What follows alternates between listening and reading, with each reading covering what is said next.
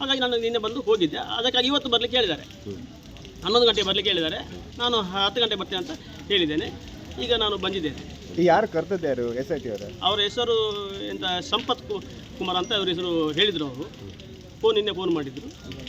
ಹಾಗೆ ನಿನ್ನೆ ಈಗ ಯಾವ ಕೇಸಲ್ಲಿ ಕರೆದಿದ್ದಾರೆ ಅಂತ ಹೇಳಿದ್ದಾರೆ ಅದು ಗೊತ್ತಿಲ್ಲ, ಎಂತ ಹೇಳಿಲ್ಲ. ಈಗ ನಿಮ್ಮ ಒಬ್ಬರನ್ನು ಕರೆದಿದ್ದಾರೆ ಅಥವಾ ಅವರಿಬ್ಬರನ್ನು ಕರೆದಿದ್ದಾರಾ? 3 ಜನ. ನಾನು ಅವರಿಗೂ ಇವತ್ತು ಫೋನ್ ಮಾಡಿದ್ದೇನೆ. ಯಾಕಂದರೆ ನಾನು ನಿನ್ನೆ ಅವರಿಗೆ ಫೋನ್ ಮಾಡಲಿಕ್ಕೆ ಹೋಗಿಲ್ಲ. ಯಾಕಂದರೆ ನಿನ್ನೆ ಫೋನ್ ಮಾಡಿದ್ದು ಸಹ ಇವರು ಒಟ್ಟಿಗೆ ಬರ್ತಾರಂತ. ನನಗೆ ಇಲ್ಲಿಗೆ ಬರ್ಬೋದು ಬೆಳ್ತಂಗಡಿಗೆ. ಮುಂಚೆ ಎಲ್ಲ CBIಗೆಲ್ಲ ಹೋಗುವಾಗ ನನಗೆ ಅಷ್ಟು ಗೊತ್ತಿಲ್ಲ, ಚೆನ್ನೈಗೆಲ್ಲ. ಆಗ ನಾವು ಒಟ್ಟಿಗೆ ಹೋಗಿದ್ದು. ಆದರೂ ನಾವು ಇವತ್ತೊಂದು ವಾಪಸ್ ಫೋನ್ ಮಾಡಿ ಕೇಳಿದೆ. ಅದಕ್ಕೆ ಅವರು ಹೇಳಿದ್ರು ಅದಕ್ಕೆಲ್ಲ ಅಂತ ಹೇಳಿದರು.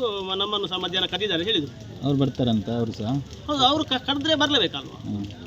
ಮಧ್ಯಾಹ್ನ ಬರ್ತಾರೆ ಅವರು? ಮಧ್ಯಾಹ್ನ ಬರ್ಬೋದು, ಅವ್ರು ಬರಲಿಕ್ಕೆ ಹೇಳಿದಾರಂತೆ. ಸರ್, ಈಗ SIT ಒಂದು ಕೇಸು ಇದು ಮಾಡ್ತಾ ಇರುವಂಥದ್ದು ಅಂದರೆ ಈ ಶವಹೂತ ಕೇಸಲ್ಲಿ. ಈಗ ನಿಮಗೆ ಏನಕ್ಕೆ ಕರೆದಿದ್ದಾರೆ ಅಂತ ಅನಿಸ್ತಾ ಇದೆ? ಅಂದರೆ ಈ ಸೌಜನ್ಯ ಕೇಸ್ನಲ್ಲಿ ನಿಮ್ಮ ವಿರುದ್ಧ ಆದ ಆರೋಪ ಇತ್ತು, ಅದೇ ವಿಚಾರಕ್ಕಂತ ಏನಾದರೂ ಇದೆಯಾ? ಇರ್ಬೋದು, ಅದು ಹಾಗೆ ಇರ್ಬೋದು.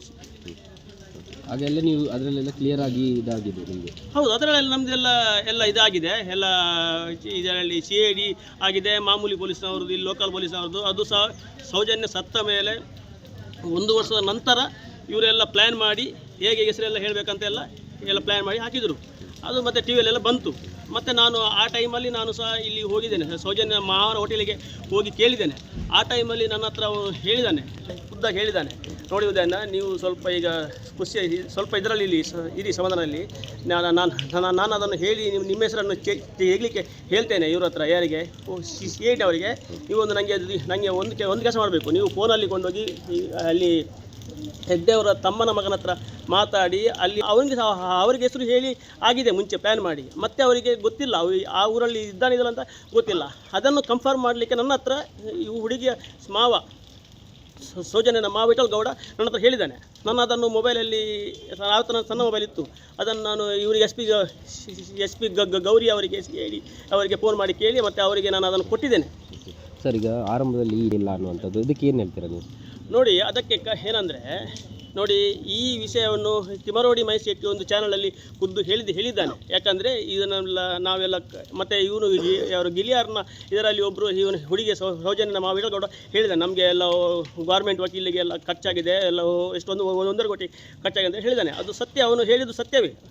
ಅದು ಹೇಗೆ ಇವನು ಸಹ ಹೇಳಿದ್ದಾರೆ, ಮೈಸೆಟ್ಟಿ ಸಹ. BS ರೇಖಾ ಅಂತ ಒಬ್ಬ ಜಡ್ಜ್ ಇದ್ಲು, ನಮಗೆ ದುಡ್ಡು ತಗೊಂಡು ಮೋಸ ಮಾಡಿದವರೆಲ್ಲ ಹೇಳಿದ್ದಾನೆ ಎಲ್ಲ ಹೇರು ತಿಮರೋಡಿಯವರು.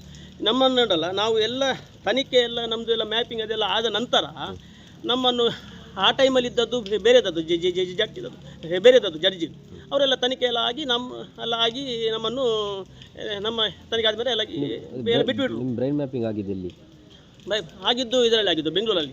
ನಾವು ಅದಕ್ಕಿಂತ ಮುಂಚೆ ನಮಗೆ ಬಂದು ನಾವೇ ಖುದ್ದಾಗಿ ಹೇಳಿದ್ದು. ಹಾಗೆ ಹೇಳಿದರು, ಪೊಲೀಸ್ನವರು ಹೇಳಿದರು, CBI ಅವರು ನೀವು ಅದಕ್ಕೆ ಕೈಯಲ್ಲಿ ಬರೆದು ಕೊಡಬೇಕು. ನಾವು ಆ ಟೈಮಲ್ಲಿ ಇಲ್ಲಿಗೆ ಹೋಗಿ ಚೆನ್ನೈಗೆ ಹೋಗಿದ್ದೇವೆ. CBI ಅವರ ಹತ್ರ ಮಾತಾಡಲಿಕ್ಕೆ ಹೋಗಿದ್ದು ಚೆನ್ನೈಗೆ.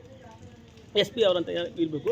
ಅಲ್ಲಿ ಬರೆದು ಕೊಟ್ಟು ಮತ್ತು ನಮ್ಮನ್ನು ಇಲ್ಲಿ ಬರಲಿಕ್ಕೆ ಬೆಂಗಳೂರಿಗೆ ಬರಲಿಕ್ಕೆ ಹೇಳಿದ್ದಾರೆ. ನಾವು ಅದು ಸಹ ಇದು ಮಾಡಿ 3 ದಿನ ಮಾಡಿದ್ದಾರೆ. ಒಂದು ದೊಡ್ಡ ಕುರ್ಚಿಯಲ್ಲಿ ಕೂತು ಎಲ್ಲ ಇದಕ್ಕೆಲ್ಲ ಕೈಯಲ್ಲೆಲ್ಲ ಇಟ್ಟು ಅದಕ್ಕೆಲ್ಲ ನಮ್ಮ ಹತ್ರ ಎಲ್ಲ ಪ್ರಶ್ನೆ ಕೇಳೋದು, ಅದು ಬೇರೆ ಮಾಡಿದರು.